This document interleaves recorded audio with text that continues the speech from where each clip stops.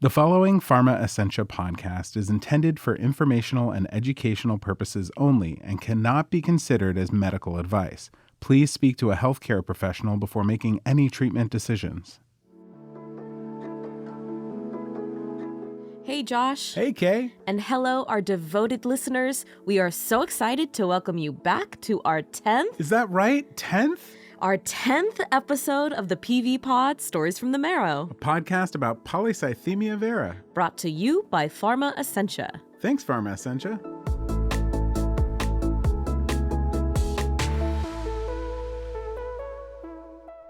I cannot believe the year is almost over. How are you feeling, Josh? I'm going to be honest, Kay. I'm really tired. Oh, why is that? Well, I was up all night studying these terms for today's episode. I made flashcards, I did a practice quiz, I recorded myself reading the definitions, and then I played that in my earbuds all while I slept. Whoa.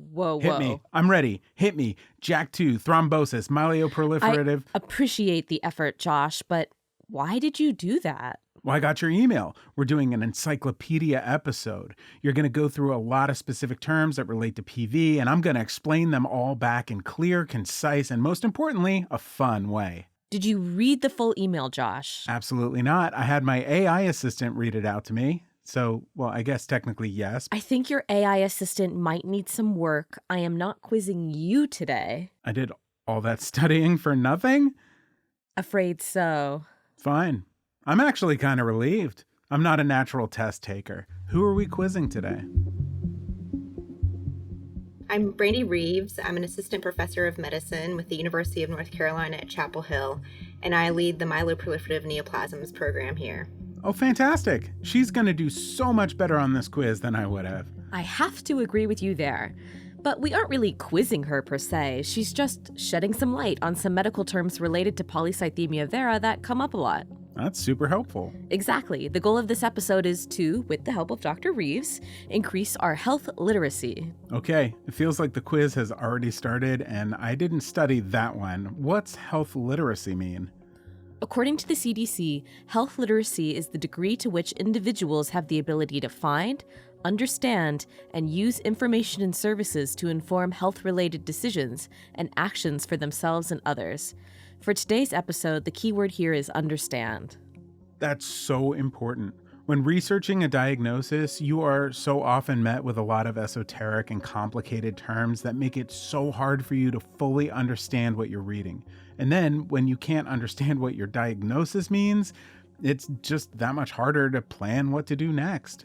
The CDC estimates that 9 out of 10 adults struggle to use personal and public health information when it's filled with unfamiliar and complex terms. 9 out of 10? That's like very close to every single adult. Right, which is why you shouldn't be ashamed or embarrassed if you struggle to understand or remember every single medical term you come across, especially in the rare disease space. Where the terminology only gets more niche and more specific. Exactly. Okay. This episode makes a whole lot more sense to me now, and I am so glad we have Dr. Reeves to help us through. Me too. What kind of terms are we taking a look at today? We are going to go through 15 of the most common words and phrases that come up when you're reading about polycythemia vera, and we're going to do some rehashing of phrases we've previously defined in the past. That's great. I could definitely use a refresher on some of these terms. Didn't you spend all last night studying them? Look, I'm going to be honest. I don't know how much of that really stuck. Maybe I shouldn't have pulled an all-nighter. Could I grab a coffee real quick? We will be right back with Dr. Reeves and a newly caffeinated Josh right after this quick break.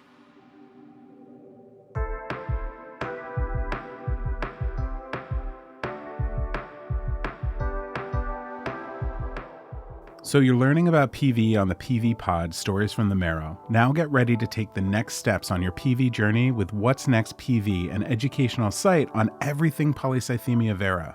Knowing what's next can help inform the decisions you and your doctor make about the future and is important to your health. What's Next PV can help you understand test results, set goals for the management of your PV, and make a plan to advocate for yourself. Check out www.whatsnextpv.com to learn more.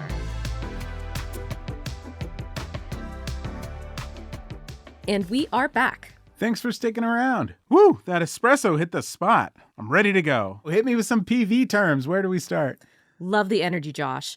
Why don't we start with the obvious? The obvious. That means something that's really clear or apparent. No, the term isn't the obvious. Oh, right. Duh. Sorry. Espresso. First, we asked Dr. Reeves to define PV, Polycythemia Vera. So, Polycythemia vera is a type of chronic blood cancer called a myeloproliferative neoplasm, or MPN, that occurs when a blood stem cell develops a mutation in a gene called JAK2. And the JAK2 mutation allows for overproduction of blood cells even when the body didn't ask for them. So this results in too many blood cells, especially red blood cells, and often too many white blood cells and also platelets. We've covered that one before, but it's really helpful to hear it again. And Dr. Reeves is so succinct. Agreed.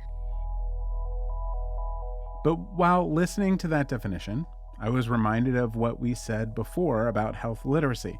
The definition of polycythemia vera alone is filled with words that are hard to understand if you aren't a doctor or a specialist, like JAK2 mutation, for example. Well, let's hand that over to Dr. Reeves. Here she is on JAK2 mutations. Yes, so all of our blood cells in the bone marrow receive signals from their environment in order to determine how they respond. So these signals are sensed by receptors on the surface of cells that become activated, and then they turn on other signaling processes. A lot of these receptors use JAK2 as the signaling mediator. And so JAK2 signaling is especially important in red blood cell, white blood cell, and platelet production. So when there is a JAK2 mutation, this is a mutation that results in JAK2 always being on. So you don't need the signal from the body going to the bone marrow to turn on the cell. So this would be like having a light switch. So when I turn on the light switch, there's a signal that goes through. That signal would hit JAK2 and say, turn on the light bulb. But a JAK2 mutation, I don't need to flip on the light switch. The light is always on, even when the light switch is off. Dr. Reeves is really good at this. I bet she's a great assistant professor. I'm really glad we could borrow her for this episode.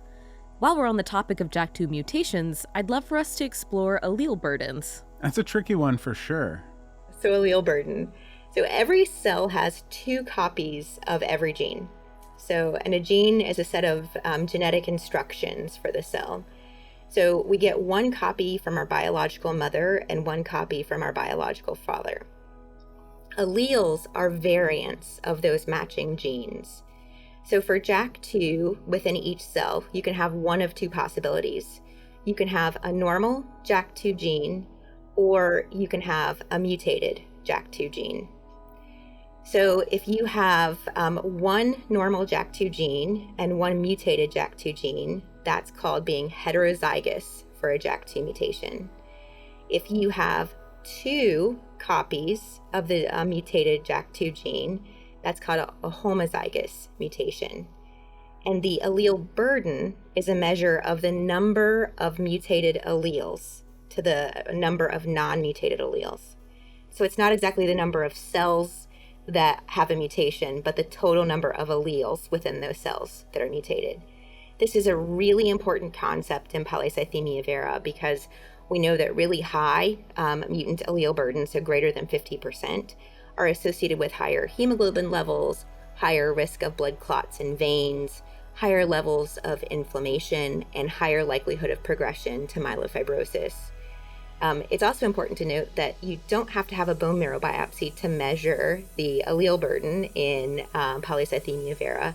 You can actually get that just from a peripheral blood sample. Okay, I think I get it. And we're trying to decrease allele burdens, right? That brings me to Dr. Reeves' next definition, molecular response. So molecular response is the degree to which the JAK2 mutant allele burden is decreased by therapy. So a complete molecular response is when you can no longer detect the JAK2 mutation. And for most of our assays, that gets down to about 1 in 1,000 cells not having the mutation. A partial molecular response means that you are reducing the amount of JAK2 mutation by about 50%. So, for instance, if you started out with 40% mutant allele burden for JAK2, a partial molecular response would mean that you've gotten down to less than 20% JAK2 mutant allele burden. This is different than hematologic response, where we're looking for normalization of the blood cell counts. When we talk about PV and things like your JAK2 mutations or your allele burdens, we are often talking about bone marrow. Our blood cells in the bone marrow are supposed to receive these signals from JAK2. But what exactly is bone marrow? I mean, I know you can order it on a really fancy restaurant menu, but I don't think that's helpful in this case. Here is Dr. Reeves on bone marrow. Bone marrow is the factory inside the center of bones where blood cells are made.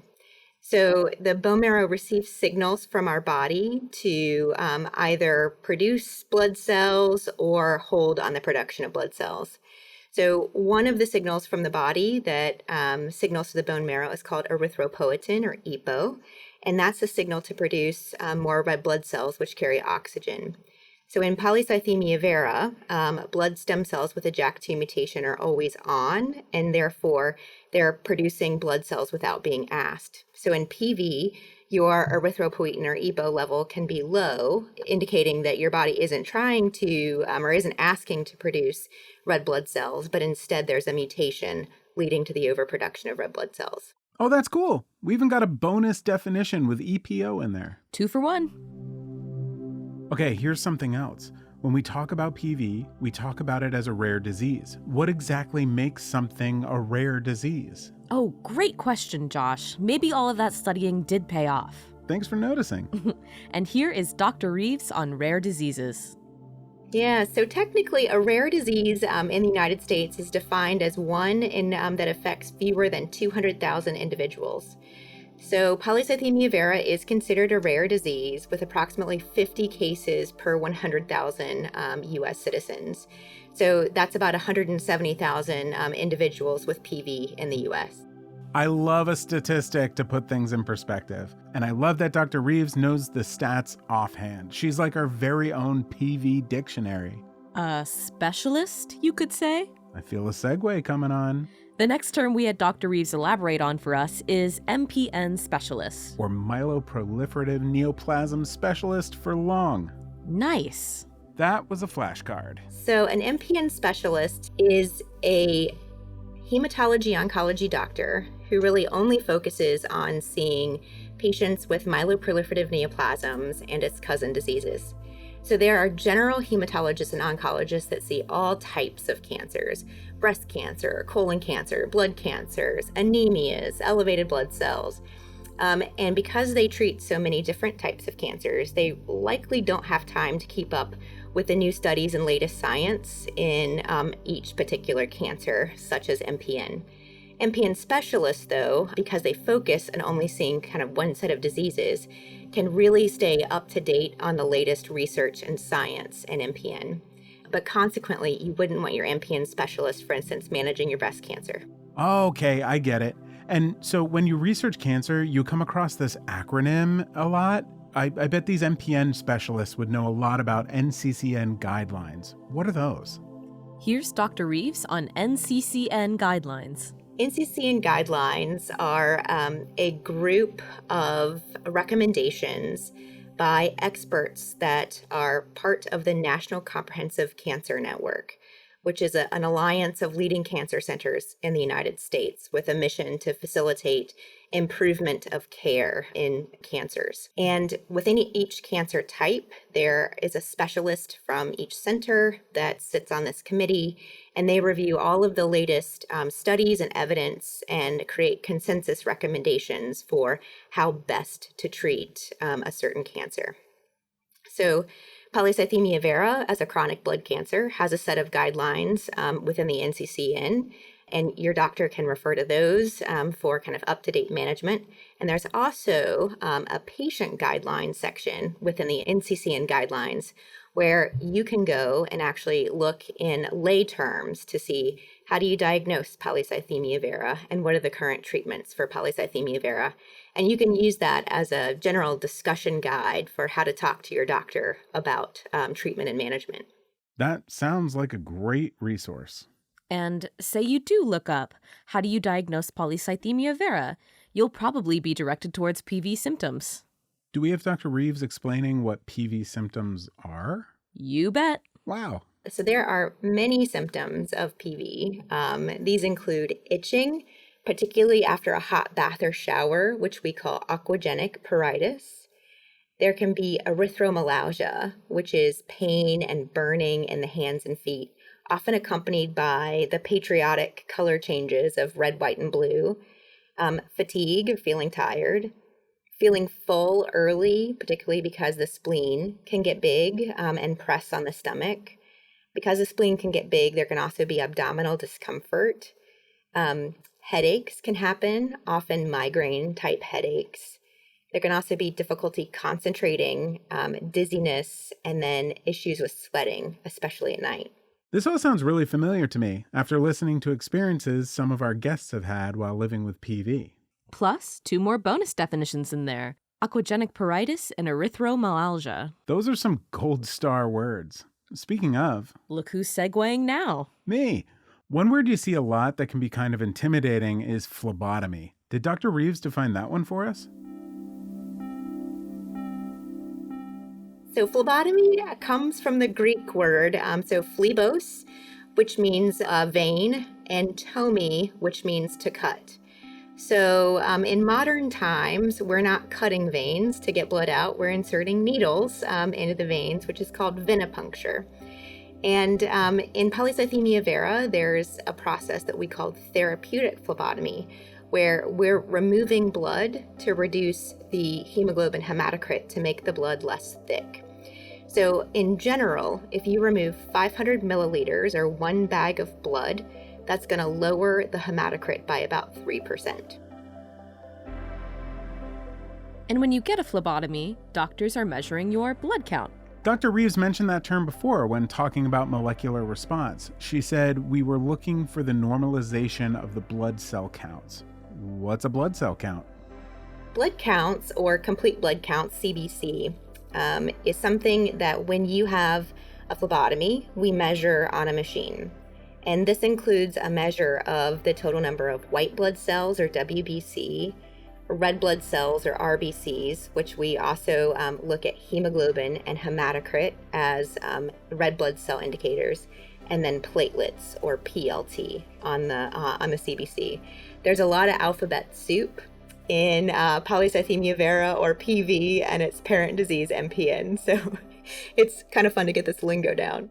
Alphabet soup is right, but I am kind of having fun with it. CBC, WBC, RBC, PV, PLT, MPN. Here's another one for you, CHR. Which is? Complete hematologic response. And that's measured by your CBC. Your complete blood count. Right.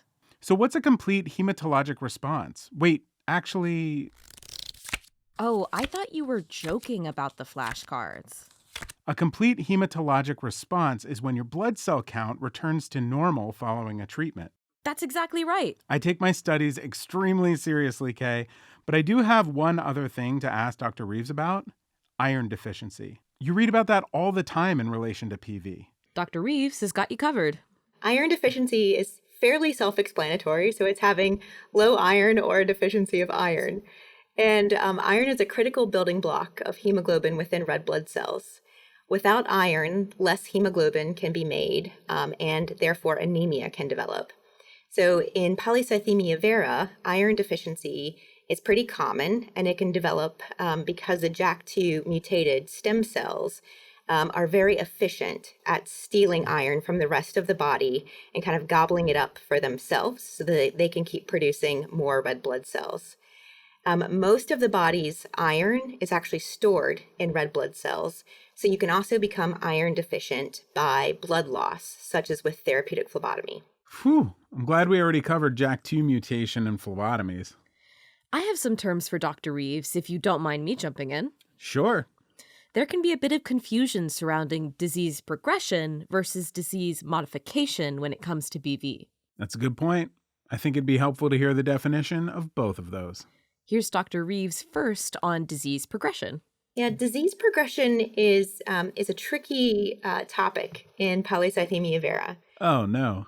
Well, let her finish. So, in general, Polycythemia vera is a chronic myeloproliferative neoplasm that has elevated blood cell counts, so too many.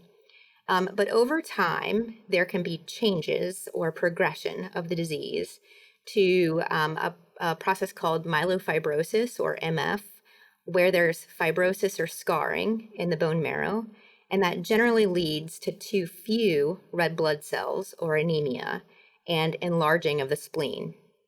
And then that, on average, progresses at about 1% per year.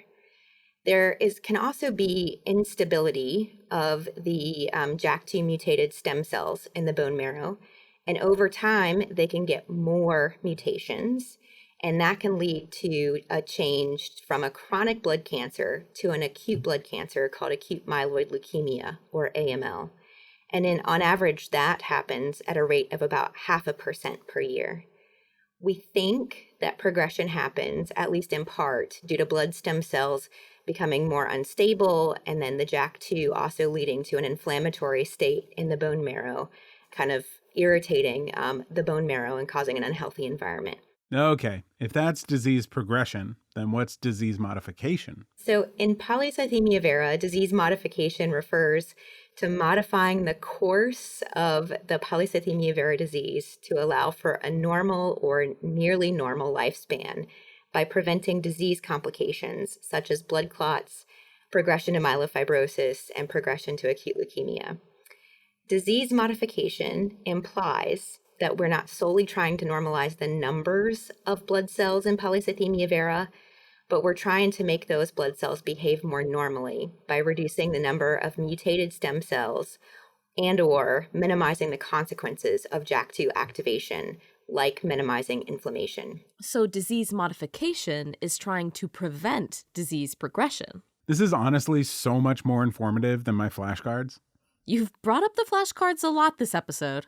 I can't let them go to waste. I mean, seriously, when's the last time you actually made flashcards? Well, are there any terms we're still missing that you'd like to run by Dr. Reeves? Yeah, I got one. This one is one of those terms that can be confusing and kind of intimidating when you read about it. Thrombotic events. So a thrombotic event refers to a blood clot. So these blood clots can be in arteries, such as strokes or heart attacks, or they can be in veins, such as veins in the legs, which would be called a deep vein thrombosis, or DVT, or in the lungs, which would be called a pulmonary embolism, or PE. They can also occur in the veins of the abdomen or in the brain. And about 1 in 5 individuals with PV will have a blood clot at or before their PV diagnosis, and still about 25% will have a blood clot even after their PV diagnosis. Kay, this has been such an informative episode. It's like a one-stop shop for Polycythemia vera definitions. Agreed. I'm definitely keeping this conversation with Dr. Reeves nearby as I write our next episodes. Thank you so much, Dr. Reeves. And thank you, listeners, for tuning in to another great episode of the PV Pod. Stories from the Marrow. A podcast. And now an encyclopedia. About Polycythemia vera. We'll see you next time.